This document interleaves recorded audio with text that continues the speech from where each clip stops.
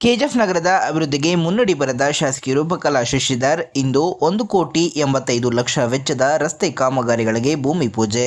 KGF ನಗರದ ಸರ್ವತೋಮುಖ ಪ್ರಗತಿಗಾಗಿ ಮಾನ್ಯ ಮುಖ್ಯಮಂತ್ರಿಗಳ ವಿಶೇಷ ಅನುದಾನದಡಿ ಹಮ್ಮಿಕೊಳ್ಳಲಾಗಿರುವ ವಿವಿಧ ರಸ್ತೆ ಅಭಿವೃದ್ಧಿ ಕಾಮಗಾರಿಗಳಿಗೆ ಶಾಸಕಿ ರೂಪಕಲಾ ಶಶಿಧರ್ ಅವರು ಇಂದು ಅಧಿಕೃತವಾಗಿ ಭೂಮಿ ಪೂಜೆ ನೆರವೇರಿಸುವ ಮೂಲಕ ಚಾಲನೆ ನೀಡಿದರು. ಮೂಲಭೂತ ಸೌಲಭ್ಯ ಅಭಿವೃದ್ಧಿ ಕಾಮಗಾರಿಗಳ ಯೋಜನೆ ಅಡಿ ಕೆಜಿಎಫ್ ನಗರ ಭಾಗದ ಒಟ್ಟಾರೆ ಪ್ರಗತಿಗಾಗಿ ಶಾಸಕರು ಒಟ್ಟು 10 ಕೋಟಿ ರೂಪಾಯಿಗಳ ಅನುದಾನವನ್ನು ನಿಗದಿಪಡಿಸಿದ್ದು, ಈ ಪೈಕಿ 1,85,00,000 ರೂಪಾಯಿಗಳ ಅಂದಾಜು ವೆಚ್ಚದಲ್ಲಿ ವಿವಿಧ ವಾರ್ಡ್ಗಳಲ್ಲಿ ರಸ್ತೆ ಕಾಮಗಾರಿಗಳಿಗೆ ಚಾಲನೆ ನೀಡಲಾಗಿದೆ. ಇಂದು ನಗರದ ವಾರ್ಡ್ ಸಂಖ್ಯೆ 19ರ ಅಶೋಕ್ ನಗರದ ಶ್ರೀ ಮುನೇಶ್ವರ ದೇವಾಲಯದ ಬಳಿ ರಸ್ತೆ ಅಭಿವೃದ್ಧಿ, ವಾರ್ಡ್ ಸಂಖ್ಯೆ 18ರಲ್ಲಿ ಕೆನಡಿಸ್ 3ನೇ ಲೈನ್ ನಲ್ಲಿ ರಸ್ತೆ ಕಾಮಗಾರಿ, ವಾರ್ಡ್ ಸಂಖ್ಯೆ 16 ಇಡಿ ಬ್ಲಾಕ್ ನಲ್ಲಿ ರಸ್ತೆ ಕಾಮಗಾರಿ, ವಾರ್ಡ್ ಸಂಖ್ಯೆ 15 ಎಸ್ಟಿ ಬ್ಲಾಕ್ ಪಾರ್ಕ್ ಬಳಿ ರಸ್ತೆ ನಿರ್ಮಾಣ ಮತ್ತು ವಾರ್ಡ್ ಸಂಖ್ಯೆ 14ರ ಎಂ ಬ್ಲಾಕ್ ನ ಚಾಂಪಿಯನ್ ರೀಫ್ ಮದನಸ್ವಾಮಿ ದೇವಾಲಯದ ಬಳಿ ರಸ್ತೆ ಕಾಮಗಾರಿಗೆ ಭೂಮಿ ಪೂಜೆ ನೆರವೇರಿಸಲಾಯಿತು. ಭೂಮಿ ಪೂಜೆ ನೆರವೇರಿಸಿ ಮಾತನಾಡಿದ ಶಾಸಕರು, ನಮ್ಮ ಕ್ಷೇತ್ರದ ನಗರ ಭಾಗದಲ್ಲಿ ಸುಸಜ್ಜಿತ ರಸ್ತೆ ಮತ್ತು ಚರಂಡಿ ವ್ಯವಸ್ಥೆಯನ್ನ ಕಲ್ಪಿಸುವುದೇ ನಮ್ಮ ಪ್ರಮುಖ ಆದ್ಯತೆಯಾಗಿದೆ. ಸದ್ಯ 10 ಕೋಟಿ ರೂಪಾಯಿ ವೆಚ್ಚದಲ್ಲಿ ಹಲವು ಪ್ರಮುಖ ಕಾಮಗಾರಿಗಳು ಪ್ರಗತಿಯಲ್ಲಿವೆ. ಮುಂಬರುವ ದಿನಗಳಲ್ಲಿ ಸರ್ಕಾರದಿಂದ ಮತ್ತಷ್ಟು ಹೆಚ್ಚಿನ ಅನುದಾನವನ್ನ ತಂದು ನಗರದಲ್ಲಿ ಬಾಕಿ ಉಳಿದಿರುವ ಎಲ್ಲ ಮೂಲಭೂತ ಸೌಕರ್ಯಗಳ ಕೆಲಸಗಳನ್ನ ಸಂಪೂರ್ಣವಾಗಿ ಪೂರ್ಣಗೊಳಿಸಲಾಗುವುದು ಎಂದು ಸಾರ್ವಜನಿಕರಿಗೆ ಭರವಸೆ ನೀಡಿದರು. ಈ ಸಂದರ್ಭದಲ್ಲಿ ನಗರಸಭೆಯ ಮಾಜಿ ಅಧ್ಯಕ್ಷರಾದ ಇಂದಿರಾ ಗಾಂಧಿ, ವಲ್ಲಾಳ್ ಮುನಿಸ್ವಾಮಿ, ಕೆಯುಡಿಎ ಅಧ್ಯಕ್ಷರಾದ ಶ್ರೀನಿವಾಸ್, ನಗರಸಭೆ ಮಾಜಿ ಸದಸ್ಯರಾದ ಕರುಣಾಕರನ್, ಜಿಲ್ಲಾ ಪಂಚಾಯಿತಿ ಮಾಜಿ ಸದಸ್ಯರಾದ ಶಾಹಿದ್, ಬ್ಲಾಕ್ ಕಾಂಗ್ರೆಸ್ ಅಧ್ಯಕ್ಷರಾದ ಮಾಣಿಕ್ಯಂ, ನಗರಸಭೆ ಪೌರಾಯುಕ್ತರಾದ ಶ್ರೀಧರ್, ಮುಖಂಡರಾದ ನಂದಕುಮಾರ್, ಜಯಂತಿ ಶ್ರೀನಿವಾಸ್, ಮೋಹನ್ ರಾಜ್ ಸೇರಿದಂತೆ ನಗರಸಭೆ ಅಧಿಕಾರಿಗಳು, ಸ್ಥಳೀಯ ಮುಖಂಡರು ಮತ್ತು ಸಾರ್ವಜನಿಕರು ಇದ್ದರು. ನಾನಿವತ್ತು ಬೆಳಗ್ಗೆಯಿಂದನೂ ಮೈನಿಂಗ್ ಏರಿಯಾ ವಾರ್ಡ್ಸ್ ನಾನು ವಿಸಿಟ್ ಮಾಡಿದ್ವಿ. Ward number 19, ward number 18, ward number 16, ward number 14, 15, ward number 15. So ಎಲ್ಲಾ ವಾರ್ಡ್ ಅಲ್ಲೂ ಕೂಡ ರೋಡ್ಸ್ ರಿಕ್ವೆಸ್ಟ್ ಮಾಡಿದ್ವಿ. ಇವತ್ತದಲ್ಲ almost 6 months to 1 year roads ನಾವು ತಗೊಂಡಿರೋದು, ಅದಕ್ಕೆ ಪ್ರಪೋಸಲ್ಸ್ ನ ತಗೊಂಡಿದ್ವಿ. ರೋಡ್ಸ್ ವಿಸಿಟ್, ಪೂಜೆ ಎಲ್ಲಾ ಕಡೆ ಆಗ್ತಾನೆ ಇದೆ. ಇವತ್ತು ನಾನು ಲಾಸ್ಟ್ 2-3 months ಇಂದ ನಮ್ಗೆ ಕೆಜಿಎಫ್ ಅಲ್ಲಿ ಮೈನಿಂಗ್ ಏರಿಯಾ ಇರ್ಬೋದು, ನಾನ್ ಮೈನಿಂಗ್ ಏರಿಯಾ ಇರ್ಬೋದು, ಇಶ್ಯೂ ಇರೋದು ಪೆನ್ಷನ್ಸ್ ಜಾಸ್ತಿ ಇಶ್ಯೂ ಕಾಣ್ತಾ ಇದೆ. Senior citizens pension, widow pension, ಆಮೇಲೆ ಸ್ಪೆಷಲಿ ಏಬಲ್ಡ್ ಪೆನ್ಷನ್ಸ್ ತುಂಬಾ ಇಶ್ಯೂಸ್ ಕ್ರಿಯೇಟ್ ಆಗಿದೆ. 3 months ಇಂದ ಬಂದಿಲ್ಲ ಅಂತ ಖಂಡಿತ ಹೇಳ್ತಾ ಇದ್ದಾರೆ. ಮೊದಲನೇ ಪೆನ್ಷನ್ ಇಶ್ಯೂ ಆಗಿರೋದು BPL ಕಾರ್ಡ್ ಕ್ಯಾನ್ಸಲ್ ಆಗಿರೋದ್ರಿಂದ. BPL ಕಾರ್ಡ್ ಫಸ್ಟ್ ಕ್ಯಾನ್ಸಲ್ ಆಗಿದ ತಕ್ಷಣ ಪೆನ್ಷನ್ ನ ಹೋಲ್ಡ್ ಮಾಡಿದ್ದಾರೆ. ಅದು ಕ್ಲಾರಿಫಿಕೇಶನ್ಸ್ ತಗೊಳ್ಳೋದಕ್ಕೆ ಕೆಲವೊಂದು ಪ್ರೊಸೀಜರ್ ಇದೆ. ಅದಕ್ಕೆ ನಾನು ಈ 10 days ಒಳಗಡೆ ಒಂದು ವಾರ್ಡ್ ಅಲ್ಲಿ ಕ್ಯಾಂಪ್ ಮಾಡ್ತೀನಿ. ರೆವಿನ್ಯೂ ಅವರು, ಫುಡ್ ಅವರು ಮತ್ತೆ ನಗರಸಭೆಯವ್ರನ್ನು ಕರ್ಕೊಂಡು, ಎಸ್ಪೆಷಲಿ ಅದು ಪೆನ್ಷನ್ ಕನ್ಸರ್ನ್ ಇಂದಾನೆ ಮಾಡ್ತೀನಿ. ಪೆನ್ಷನ್ಸ್ ಮೇಜರ್ 90% ಸಾಲ್ವ್ ಮಾಡ್ತೀನಿ. ಒಂದು 5-10% ಸಾಲ್ವ್ ಮಾಡದೇ ಇರೋದಕ್ಕೆ ಕೆಲವೊಂದು ರೀಸನ್ಸ್ ಇರುತ್ತೆ, ಅವ್ರದೇ ಟೆಕ್ನಿಕಲ್ ರೀಸನ್ಸ್ ಇರುತ್ತೆ. ಅದಕ್ಕೆ ನಾನೇ ಪರ್ಸನಲ್ ಆಗಿ ವಾರ್ಡ್ ವಿಸಿಟ್ ಮಾಡೋವಾಗ, ಸೊ ನನ್ನ ಆಬ್ಸೆನ್ಸ್ ಅಲ್ಲಿ ಕೂಡ ಮಂಡೇ, ವೆಡ್ನಸ್ಡೇ, ಸ್ಯಾಟರ್ಡೇಸ್ ಒಂದು ಟೀಮ್ ಮಾಡಿ ಎವ್ರಿ 2 hours ಪ್ರತಿ ವಾರ್ಡ್ ಅಲ್ಲೂ ಯಾರ್ಯಾರ್ದು ಆತರ ಒಂದು ವಾರ್ಡ್ ಅಲ್ಲೇ 3 ಕಡೆ 4 ಕಡೆ ಹೋಗಿ ಅವ್ರದ್ದು ಪ್ರಾಬ್ಲಮ್ಸ್ ನ ಸಾಲ್ವ್ ಮಾಡೋ ತರ ಶ್ರೀನಿವಾಸ್ ಇನ್ನು ಟೀಮ್ ನ ಸ್ವಲ್ಪ ವಾಲಂಟ್ರಿ ಆಗಿ ಯಾರು ಆಕ್ಟಿವ್ ಇದ್ದಾರೆ ಅವ್ರಿಗೂ ಮಾಡ್ತೀನಿ.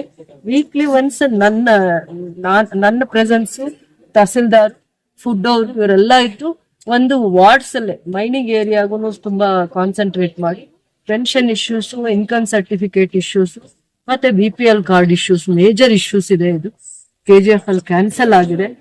ನಮ್ ಇಡೀ ಜಿಲ್ಲೆಯಲ್ಲಿ ಲಿಸ್ಟ್ ಕೊಟ್ಟಿದ್ದಾರೆ, ಎಷ್ಟು 33,000 ಕ್ಯಾನ್ಸಲ್ ಆಗಿದೆ ಅಂತ ಲಿಸ್ಟ್ ಇದೆ.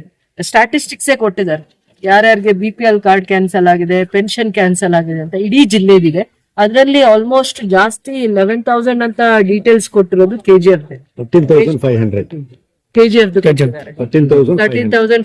ಅದರಲ್ಲಿ KGF ಅರ್ಬನ್ ಏರಿಯಾ ಅಲ್ಲೇ ಜಾಸ್ತಿ ಪೆನ್ಷನ್ಸ್ ಕ್ಯಾನ್ಸಲ್ ಆಗಿರೋದು ಅಥವಾ ಹೋಲ್ಡ್ ಮಾಡಿರೋದು ಅಂತ ಅಂದ್ಬಿಟ್ಟು ನಾವ್ ಈ ಕ್ಯಾಂಪ್ ಮಾಡೋದ್ರಿಂದ 3 ರೀತಿ ಹೆಲ್ಪ್ ಆಗುತ್ತೆ. ಪೆನ್ಷನರ್ಸ್, ಸೀನಿಯರ್ ಸಿಟಿಸನ್ಸ್ ಬಂದು ತಾಲೂಕು ಆಫೀಸ್ ಹತ್ರ ಓಡಾಡುವಂತ ಹಿಂಸೆ ಇರಲ್ಲ.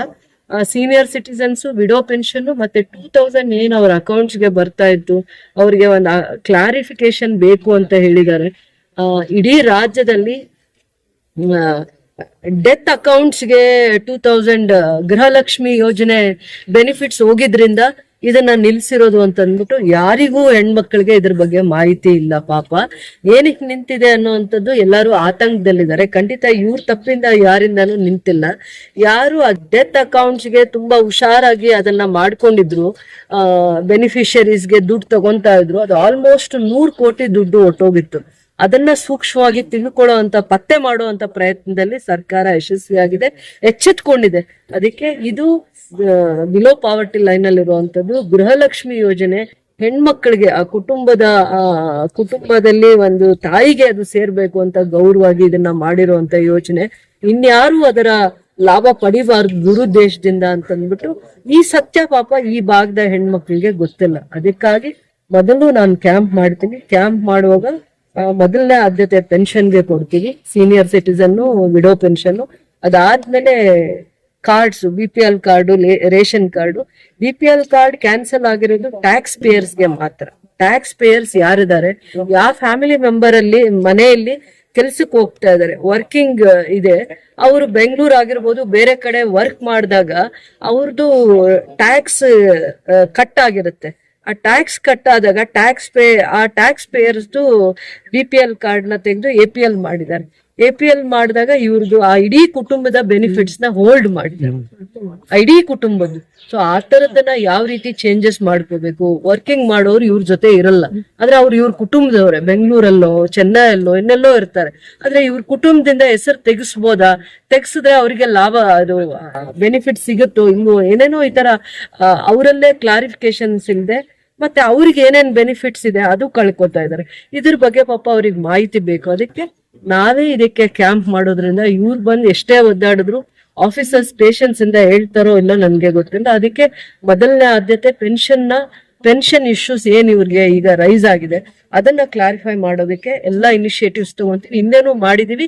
ಇದನ್ನ ಸಕ್ಸಸ್ಫುಲ್ ಆಗಿ ಅವ್ರ ಮನೆ ಬಾಗಿಲಿಗೆ ಬಂದು ಇವ್ರ ಇಶ್ಯೂಸ್ ನ ಅವ್ರು ಎಷ್ಟು ದಿನದಲ್ಲಿ ಕೆಲಸ ಮಾಡ್ತಾರೆ ಅವ್ರು ಮಾತಾಡಿ ಸೋಮವಾರ ಶುರು ಮಾಡ್ತಾರೆ. ನಾಳೆ ಕೆಲಸ ಮಾಡಿ, ಸೋಮವಾರ ಆದ್ರೆ ನಾಳೆಯಿಂದಾನೇ ಕೆಲಸ ಮಾಡಿ. ಇವತ್ತು ಸ್ವಲ್ಪ ಕೆಲಸ ಮಾಡಿ ಪೈಪ್ ಎಲ್ಲ ಇದೆ, ನೀರ್ ಪೈಪ್ ನೋಡ್ಕೊಳ್ಳಿ ನೀವು ಅಲ್ಲಿ ನಿಮ್ಗೆ ಹೇಳಿ ಅವ್ರಿಗೆ.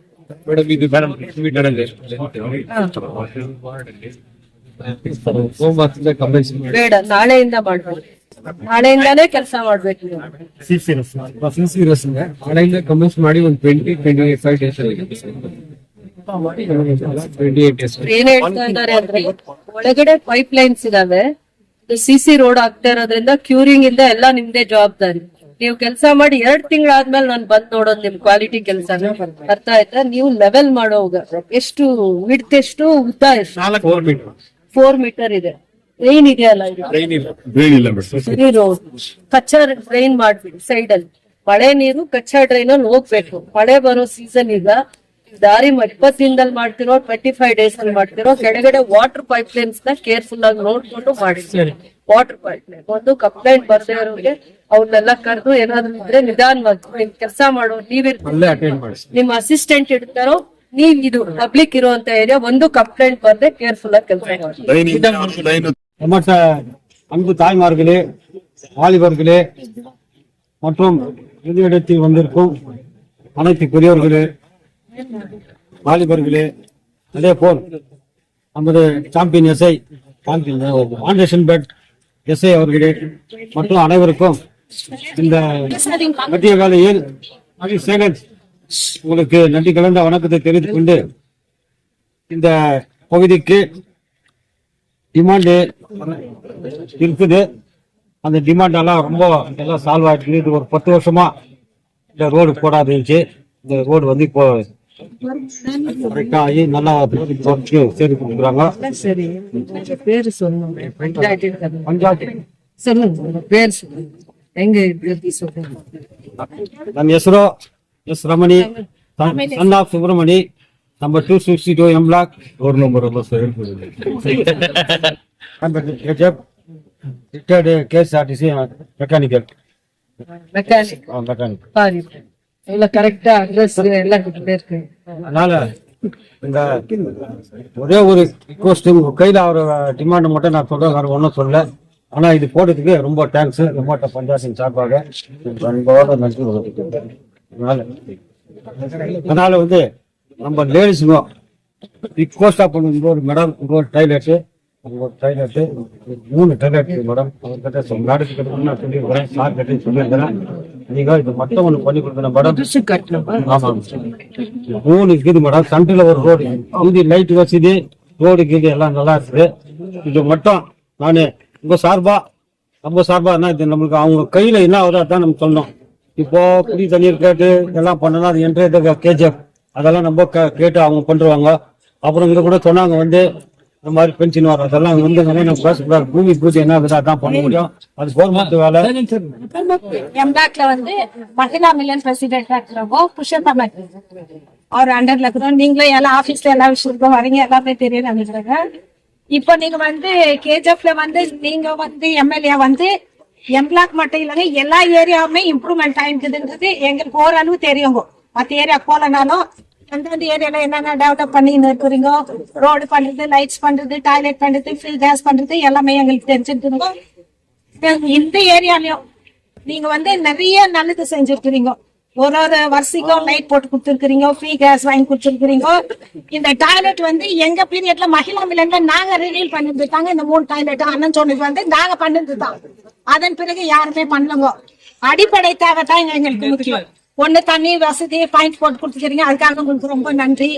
வெளியத்துல இருக்கிறவங்களும் வந்து தண்ணி பிடிக்கிறாங்க, நாங்களும் தண்ணி பிடிக்கிறோங்க. பக்கத்திலேயே எங்களுக்கு 5 ரூபாய்க்கு ஒரு குடம் தண்ணி கிடைக்குது, ரொம்ப சந்தோஷங்க. இப்ப நாங்க கோரிக்கையா வைக்கிறதுல இந்த டாய்லெட் தாங்க இப்போதுக்கு. ஏன்னு கேட்டா வெளியில டாய்லெட் போனாக்கா செடி இருக்குது, அதுல பாம்பு வருதுங்க.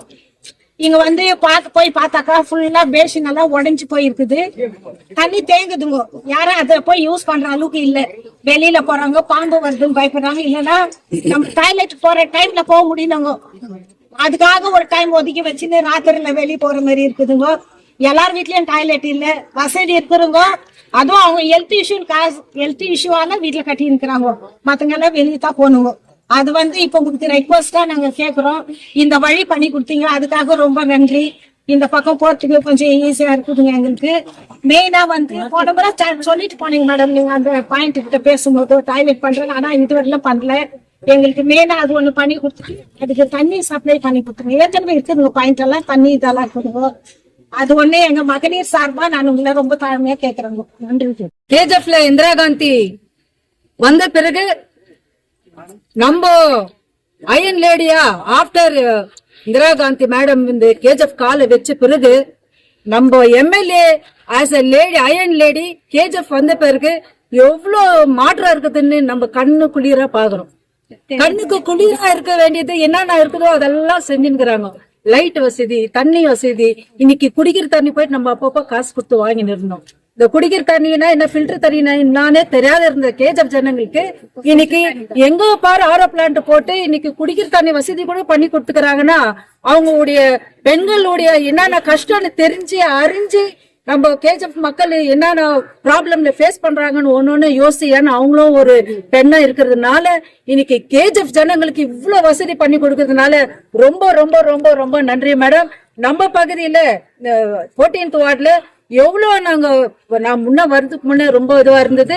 இப்போ நாங்க மேடம் கிட்ட கேட்டு ஒன்னும் இந்த ரோட்ஸும் சரி, லைட்ஸும் சரி, இந்த ஆரோ பிளான்ட் குடிக்கிற தண்ணியும் சரி, போர்வெல்லுங்களும் சரி கேட்ட பிறகு இல்லைன்னு சொன்னாம ஒவ்வொரு ஜனங்களுக்கும் என்ன அடிப்படை விஷயம் பேசிக்ல என்னென்ன தேவை இருக்குதோ அந்த தேவையை பூர்த்தி பண்ணி கொடுக்குறாங்கன்னாக்கா அவங்களுக்கு வந்து கோடான கோடி நன்றி. நம்ம கேஜிஎஃப் இன்னைக்கு ஒரு முன்னேற்றமா இருக்குதுன்னா ஒன்னொன்னு சொல்லணும்னா அது நேரம் பத்தாது. ஆனாலும் இந்த கேஜிஎஃப் ஒரு மாற்றமா மாற்றி இன்னைக்கு ஒரு லேடிஸ் வெளியே 12 மணிக்கு வர அளவுக்கு லைட் போட்டு இன்னைக்கு ரோட்ஸ் போட்டு இவ்வளவு அழகா பண்ணிருக்கிறாங்கன்னா அது மேடம்க்கு ரொம்ப ரொம்ப நன்றி. நம்ம கேஜிஎஃப் ஜன சார்பாக அவங்களுக்கு ரொம்ப நன்றியா சொல்லிடுறேன். நம்ம வார்டுல வந்து தண்ணி பிரச்சனைக்கு சொல்ல எதுவும் சொல்ல, ரோடு பிரச்சனைக்கு சொல்ல, லைட் பிரச்சனைக்கு சொல்ல, இந்த டாய்லெட் இந்த டெய்லி டாய்லெட்டுக்கு கேட்டுக்கிறாங்க. எதுனாலன்னா இங்க மைனிங் ஏரியால வந்து ரொம்ப புவர் பீப்புள், ரொம்ப ஏழை ஜனம், வசதியா இருக்கிறவங்க அவங்க வீட்டுல கட்டிக்கினாங்க. மற்றபடி இந்த மைன்ஸ் ஏரியால வந்து நிறைய பேர் இந்த பப்ளிக் டாய்லெட் தான் யூஸ் பண்றாங்க. அதை ரிக்வெஸ்ட் பண்ணிக்கிறாங்க. நாங்களே மேடம் கிட்ட சொல்லி இருக்கிறோம், அது கூடிய சீக்கிரம் அவங்க பண்ணி கொடுக்குவாங்கன்ற நம்பிக்கை நம்மளுக்கு இருக்குது. அவங்க கேட்காதுக்கு முன்னே ஒன்னு செஞ்சு கொடுக்குற ஒரே ஒரு எம்எல்ஏனா நம்ம கேஜிஎஃப் எம்எல்ஏ ஸ்ரீமதி ரூபகலா சசிதர் அவர் தான். ஏன்னாக்கா அவங்க பெண்ணா இருந்து இந்த பெண்ணாக்கு என்னென்ன அவசியம் இருக்குது இந்த கேஜிஎஃப்ல, என்ன செஞ்சாக்கா நம்முடைய கேஜிஎஃப் ஒரு சாட்டிஸ்பாக்சன் ஆவாங்கன்றது அவங்க யோசித்து அந்த நம்ம இடத்துல இருந்து அவங்க யோசிக்கிறாங்க. நம்ம இருந்தா நம்மளுக்கு என்ன அடிப்படை விஷயம் வேணும், தேவையா இருக்கணுமோ அந்த தேவையெல்லாம் அவங்க இன்னைக்கு ஒன்னொன்னா செஞ்சுன்னு வராங்கன்னா அவங்க கடவுளுக்கு நல்ல ஆயுசு கொடுத்து நோவு நொடி இல்லாத இன்னும் நம்ம கேஜிஎஃப் எங்களுக்கு அவங்க ஒரு தாயா இருந்து ஒரு சகோதரியா இருந்து இந்த கேஜிஎஃப்க்கு பணியோட இன்னும் நல்லா செய்யணும்னு சொல்லிட்டு கேட்டுக்கொள்கிறேன். நன்றி. lakhs, so 20 lakhs ಅಲ್ಲಿ 1918 ಮತ್ತೆ 16 ವಾರ್ಡ್ ಅಲ್ಲಿ ಮತ್ತೆ ಇಲ್ಲಿ 15 ಮತ್ತೆ 14 ವಾರ್ಡ್ ಅಲ್ಲಿ ಅನ್ಬು ಅಂತ ಕಾಂಟ್ರಾಕ್ಟರ್ ಮಾಡ್ತಾ ಇದ್ದಾರೆ. ಇದು 16 lakhs. ಇದರಲ್ಲಿ 900 ಮೀಟರ್ 900 ಮೀಟರ್ ಆಸ್ಫಾಲ್ಟ್ ಇದೆ, ಒಂದು 290 ಮೀಟರ್ ಸಿಸಿ ರೋಡ್ ಇದೆ, ಇದು 200 ಮೀಟರ್ ಸಿಸಿ ರೋಡ್ ಇದೆ. ಮತ್ತೆ ಈಗ ಇಲ್ಲಿ ರಿಕ್ವೆಸ್ಟ್ ಮಾಡ್ತಾ ಇರೋದು ಆಲ್ರೆಡಿ ಮೇಡಮ್ ಹೇಳಿ ಅದನ್ನ ಆಲ್ರೆಡಿ ಪ್ರೋಸೆಸ್ ಮಾಡಿದೀವಿ, ಟೆಂಡರ್ ಎಲ್ಲ ಆಗಿದೆ, ವರ್ಕ್ ಆರ್ಡರ್ ಇಶ್ಯೂ ಮಾಡಬೇಕು ಟಾಯ್ಲೆಟ್, ಅದು ಇನ್ನೊಂದು 15-20 ಡೇಸ್ ಅಲ್ಲಿ ಅದನ್ನು ವರ್ಕ್ ಆರ್ಡರ್ ಫಿಟ್ ಮಾಡಬೇಕು. ಈ ಕಾಮಗಾರಿಗಳಲ್ಲಿ ಎಷ್ಟು ಒಳಗಡೆ ಅವಧಿ ಒಳಗಡೆ ಮುಗಿಯುತ್ತೆ? ಈ ಕಾಮಗಾರಿ ಸಿಸಿ ರೋಡ್ ಆಗಿರೋದ್ರಿಂದ ಮಿನಿಮಮ್ 1 ತಿಂಗಳಂತೂ ಬೇಕೇ ಬೇಕಾಗುತ್ತೆ, ಯಾಕಂದ್ರೆ ಕ್ಯೂರಿಂಗ್ ಪೀರಿಯಡ್ 28 ಡೇಸ್ ಆಗುತ್ತೆ. ನಮ್ ಕ್ಯಾಸ್ಟಿಂಗ್ ಎಲ್ಲ ಆಗಿ 28 ಡೇಸ್ ವರ್ಗು ಕ್ಯೂರಿಂಗ್ ಎಲ್ಲ ಇದೇ ಇರುತ್ತೆ. ಸೊ ಮಿನಿಮಮ್ 1 ಮಂತ್ ಅಂತೂ ಆಗೇ ಆಗುತ್ತೆ.